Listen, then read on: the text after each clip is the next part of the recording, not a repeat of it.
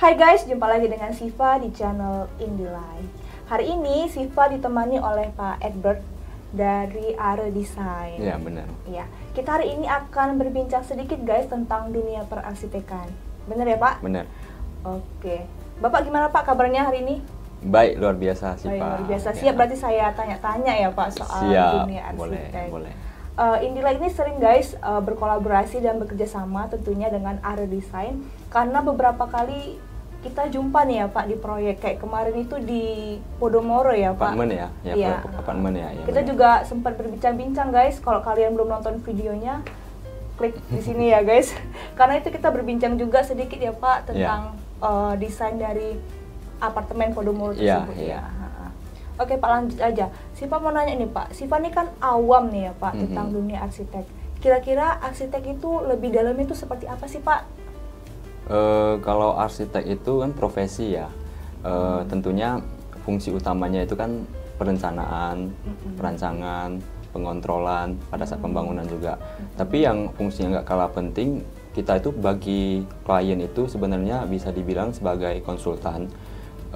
Tugas kita itu kita menerjemahkan apa yang ada di pikiran si klien, ekspektasi seperti apa yang dia inginkan.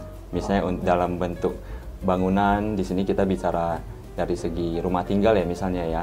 Ekspektasi seperti apa yang si klien ini inginkan di rumah tinggalnya. Kita berusaha kulik apa yang di dalam pikiran kita tuangkan dalam bentuk visual, baik dalam bentuk 2D ataupun 3D supaya si klien ini lebih ada gambaran tuh. Nah, selain itu juga kita berfungsi untuk membantu si pihak klien ini dalam mengatur penggunaan anggaran. Nah, jadi pasti dong kita pada saat bikin rumah tuh pasti udah ada budget tertentu ya.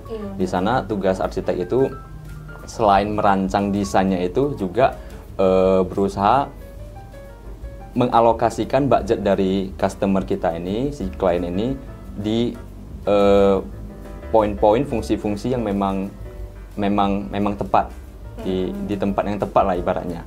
Contoh kasus misalnya si pihak klien ini seneng masak nih, ya pasti kita berusaha dari anggaran yang dia ada kita berusaha alokasikan ke bagian dapur misalnya seperti itu. Tergantung juga sama kebiasaan si klien biasanya seperti itu.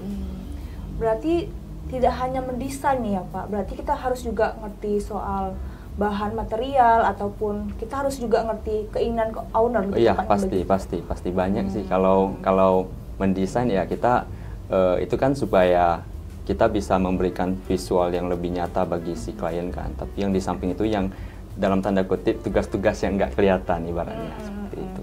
Oke, berarti sih Pak sebelum lebih jauh nih Pak, mau nanya juga, Bapak latar belakangnya memang suka mendesain atau suka menggambar dulu dari kecil tuh gimana Pak? Enggak, saya justru nggak ngerti gambar, nggak ngerti melukis lah ibaratnya ya. Tapi memang dari dulu itu seneng lihat rumah, seneng lihat bangunan-bangunan unik, rumah-rumah bagus ya. Jadi punya pikiran aja dulu itu, enak ya kalau kita bisa ngerancang sendiri suatu bangunan dari segi tata ruangnya sampai ke detail-detail estetikanya seperti itu. Jadi memang udah seneng aja lihat yang bangunan dari sisi arsitekturnya kita udah memang enak aja lihatnya.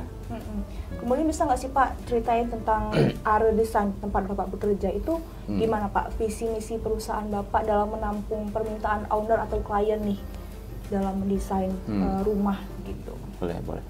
Cerita sedikit tentang Are ya, firma arsitek saya itu saya dengan partner ya by the way. Visi kita itu nggak muluk-muluk sebenarnya. Are itu tentunya kita pengen berkarya. Suatu saat kita pengen berkarya bisa ke tingkat nasional, bisa dapat kerjaan di skala nasional. Tapi dari segi misi yang saat ini kita fokuskan, kita berusaha sih untuk selalu menjadi solusi bagi pihak klien dalam segi mendesain, dalam segi mengontrol pembangunan, mengatur penggunaan budget dan lain sebagainya. Jadi nggak dipungkiri setiap arsitek saya yakin punya sisi idealisnya ya. Salah satu tantangannya ya kita tuh pasti pengen di setiap proyek itu kita pengen menerapkan ciri khas kita sendiri. Apa yang kita ingin tuangkan, kita pengen tuh. Tapi dari di sisi si owner, si klien itu tentunya dia juga punya ekspektasi yang dimana belum tentu sama dengan apa yang kita inginkan kan sebagai arsitek kan.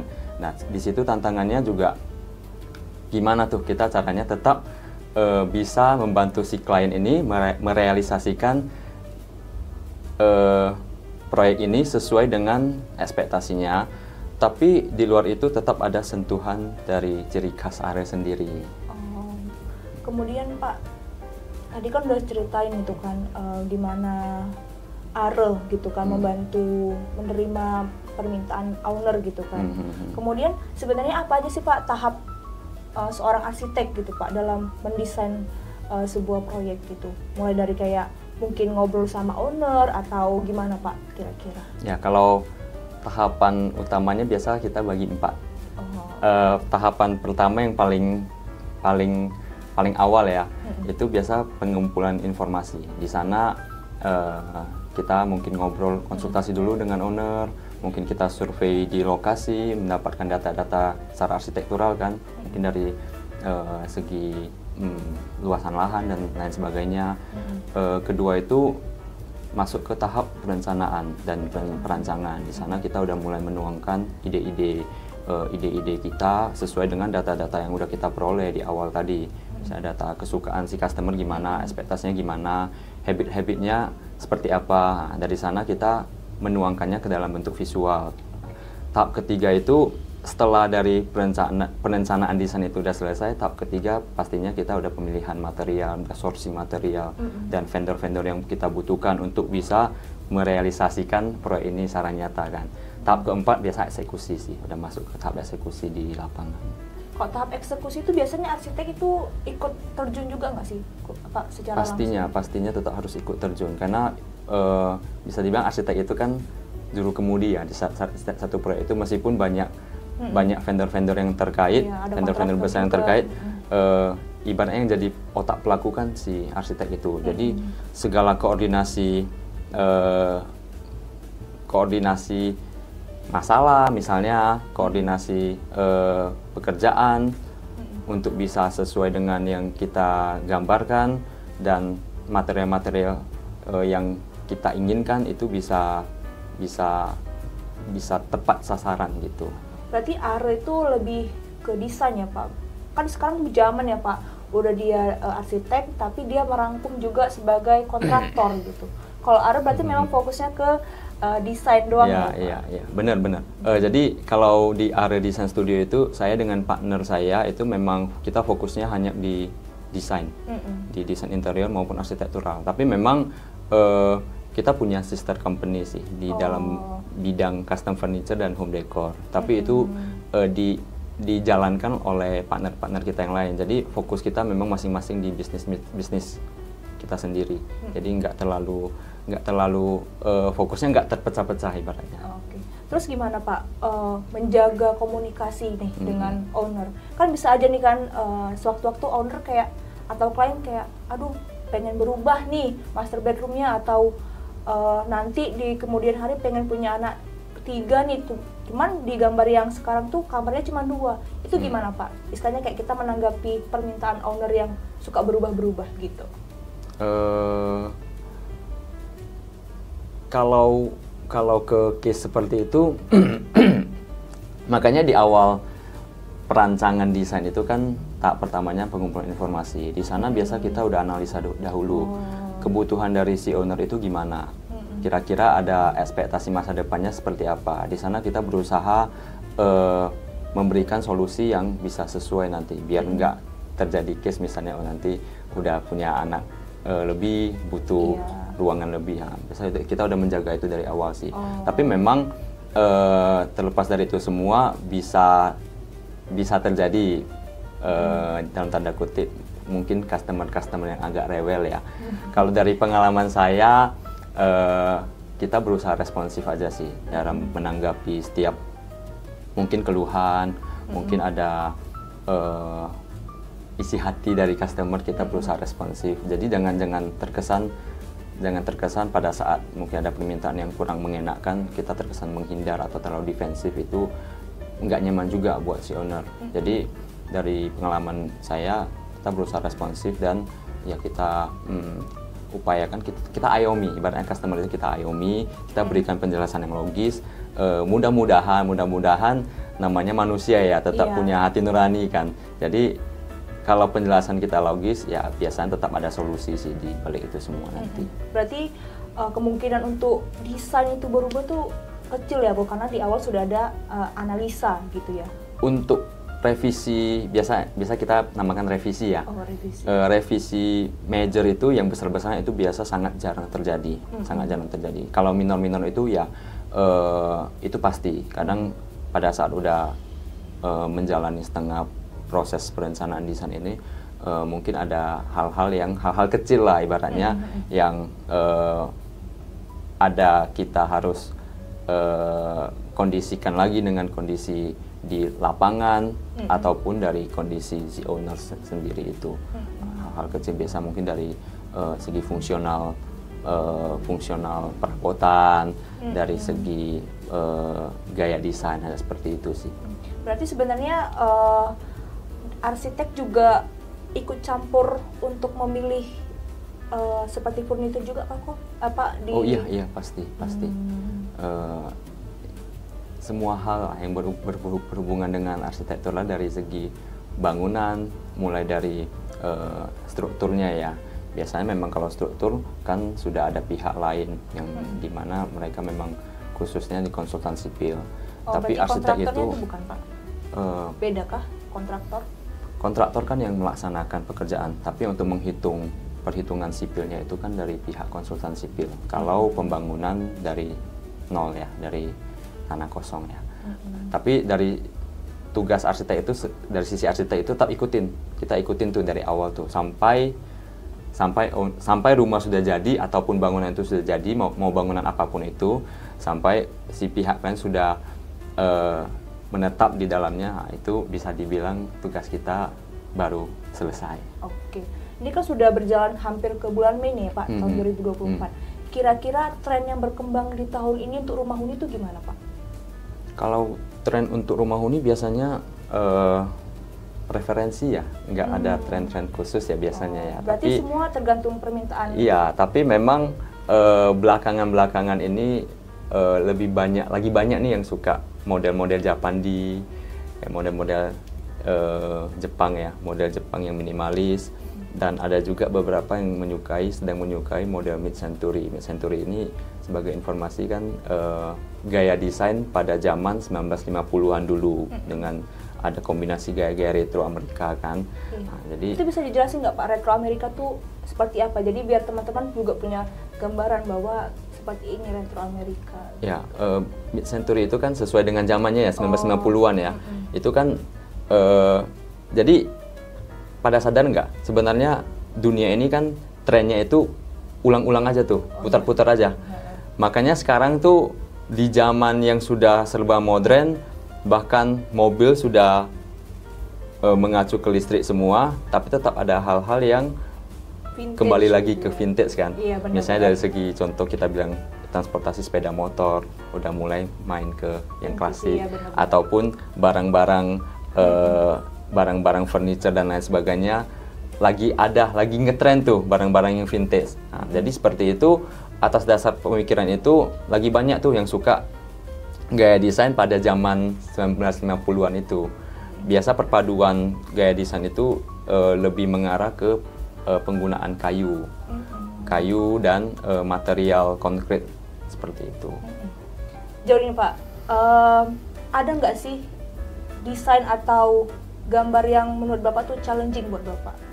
Semua challenging. Oh, semua punya. Semua challenging, semua punya tantangan sendiri. Jadi setiap proyek itu beda-beda case-nya, punya filosofi tersendiri kan. Jadi setiap proyek kan tentunya penggunanya berbeda. Setiap kebiasaan pengguna itu kan berbeda. Ada yang mungkin kebiasaannya gimana, ada yang keluarga besar, ada yang cuma keluarga yang suami istri dengan 2 anak. Nah, kebiasaannya berubah, hobinya beda. Itu menciptakan tantangan tersendiri bagi pihak arsitek untuk merancang proyek tersebut gitu. Bapak sendiri udah berapa lama sih Pak menjadi arsitek gitu? Pasti mengalami suka duka gitu. Bisa diceritain nggak Pak suka duka menjadi seorang arsitek? Selama saya menjalani pekerjaan tersebut ya banyak ya. Kalau suka duka, terutama sukanya lebih banyak. Apalagi terutama kalau pada saat kita melihat klien kita tuh seneng, proyek sudah selesai, dia seneng, dia puas. Nah itu ada bahagianya kita sendiri yang bisa dibilang nggak bisa dibeli dengan uang. Nah, kalau dukanya pasti ada lah, namanya kerja kan, pasti ada saat-saat capeknya, burnoutnya pasti ada. Tapi ya kita nikmatin aja deh, sama tim-tim kita yang lain, kita nikmatin aja. Pasti ada sih, suka dukanya pasti ada. Kemudian kalau misalnya setahu Siva nih ya Pak, secara apa kan itu ada 3 ya, kontraktor, arsitek, sama lighting design ya, atau ada lagi Pak? Vendor-vendor yang lain banyak sih yang terlibat dalam satu proyek biasanya. Dari segi yang kontraktor interior juga harus diperhitungkan ya. Vendor-vendor lain misalnya kalau di suatu hunian ini ada, contohnya ada kolam renang, pasti ada konsultan khusus di kolam renang. Oh, berarti banyak sih setiap vendor. itu memang dibagi-bagi gitu ya Pak? Iya benar-benar kita bagi berdasarkan subspesialis mereka masing-masing. Jadi pekerjaan yang dikerjakan itu benar-benar fokus mereka masing-masing. Ya. Kemudian gimana Pak cara menjaga komunikasi gitu kan? Karena ini kan banyak vendor ya, banyak kepala. Gitu. Ya, menjaga komunikasi tadi ya. Sebenarnya satu sih, di satu proyek itu kita harus punya mindset kita dalam kapal yang sama. Jadi setiap antar vendor itu jangan ada yang saling menjatuhkan. Ya memang di sini peranan arsitek itu termasuk utama ya untuk menjaga itu semua, karena kita bisa dibilang sebagai juru kemudi kan di satu proyek itu kan. Jadi kalau dari pengalaman kita sendiri, kita suka membangun hubungan dulu dengan pihak-pihak vendor yang bakal masuk ke dalam kerjasamanya kita itu.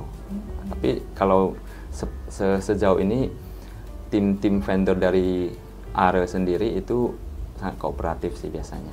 Berarti sebelumnya memang sudah jumpa di satu proyek, kemudian di proyek lain mungkin lanjut terus, mungkin bisa berlanjut kerjasama itu. Berarti komunikasi itu memang harus, ibaratnya kita harus satu visi gitu ya Pak? Benar ya. Visinya nggak jauh-jauh, kita pokoknya kepuasan pelanggan, kepuasan klien nomor 1 kan. Oke, kita mau ke pertanyaan terakhir nih ya Pak, karena kita kan Indie Light ya, perusahaan konsultan lighting. Jadi dari sudut mata arsitek nih Pak, seberapa penting pencahayaan dan bagaimana sih Pak memaksimalkan pencahayaan? Penting. Kalau menurut saya itu sangat penting. Salah satu faktor esensi di bangunan itu ya salah satunya lighting kan, pencahayaan kan. Sebagai contoh, kita ngambil contoh aja Hotel Bintang 5. Terserah deh mau sebut nama apa, Hotel Bintang 5. Dengan marmernya, dengan mungkin barang-barang mewahnya, dengan sofa-sofa mewahnya, lampunya mungkin kita ganti jadi satu jenis aja deh. Atau kita ganti deh lampunya jadi lampu-lampu yang model zaman dulu yang masih pakai putar-putar tuh pasangnya. Coba masih enak nggak tuh suasananya? Saya yakin nggak. Jadi ya semakin kesini masyarakat juga sekarang sudah mulai paham sih udah mulai aware dengan penggunaan lighting di satu bangunan. Jadi kalau dari pihak arsitek, dari kita sendiri, sebelumnya kita harus ngerti dulu minimal dasarnya dari fungsi-fungsi lighting itu kan terbagi tuh dari beberapa bagian. Mungkin ada general lighting, ada task lighting, ada ambience lighting. Itu pasti ada fungsi-fungsi khususnya kan. Dan sebagai arsitek kita sebelumnya harus ngerti dulu tuh di setiap ruangan apa yang mau kita ciptakan, suasana apa yang mau kita ciptakan, dan fungsi seperti apa yang mau kita tuangkan ke klien, kita mau berikan ke klien. Dari sana baru kita bisa tahu tuh fungsinya untuk apa dan lampu seperti apa yang kita mau pakai, jenis apa dan tingkat keterangan cahaya yang bagaimana, warna yang bagaimana harus sesuai kan. Sebagai contoh misalnya di dapur tuh. Dapur kalau kita pakai lampu spot kuning tentunya nggak pas ya. Iya. Masak jadi gosong ya. Ataupun misalnya di ruangan-ruangan santai, ruangan tidur atau ruangan keluarga mau nonton TV nih. Kita tentunya cuma pengen beri ambience lampu ambience saja tuh. Jadi kalau ada lampu-lampu yang terangnya berlebihan atau warnanya yang nggak sesuai, jadi nggak rileks kan. Jadi ada fungsi-fungsi khusus dari setiap jenis lampu sih menurut saya. Berarti arsitek itu juga memikirkan desain pencahayaan ya Pak, sebelum akhirnya memberikan rancangan tersebut ke vendor lighting gitu. Iya benar. Kita pikirkan dari secara global dulu tuh. Ya. Selebihnya baru bisa kita serahkan ke pihak lighting consultant kan untuk lebih detail, bisa tetap ada diskusi sih seperti itu. Oke guys, ini perbincangannya sangat panjang dan bermanfaat ya guys. Cuman akhirnya sih Pak agak sedikit punya pemikiran baru nih Pak. Ternyata bahwa arsitek itu bukan hanya mendesain ya, tapi lebih tepatnya tuh memikirkan juga budgeting, kemudian furniture dan segala macamnya. Nah, teman-teman kalau mau hubungi Are Design bisa di mana, Pak? Boleh di Instagramnya, boleh. Gimana tuh? @are.designstudio. Oke. Terima kasih Pak Edward sudah sama-sama. bisa main ke studionya Indi dan kita ngobrol sedikit tentang dunia arsitek. Ya. Terima kasih buat Kak Siva sama teman-teman Indi lainnya ya yang udah mengundang ya. Tim Are untuk bisa belajar bersama. Ya, mungkin kedepannya kita bisa ngobrol lebih banyak ya Pak tentang arsitek. Boleh dengan senang hati sih. Oke guys, sekian. Jika Anda suka dengan konten ini tekan like, share ke teman-teman Anda yang membutuhkan, dan jangan lupa guys, subscribe channel Indi Light agar Anda tidak ketinggalan informasi seputar LED dan pencahayaan lainnya. Terima kasih. Salam Indi Light.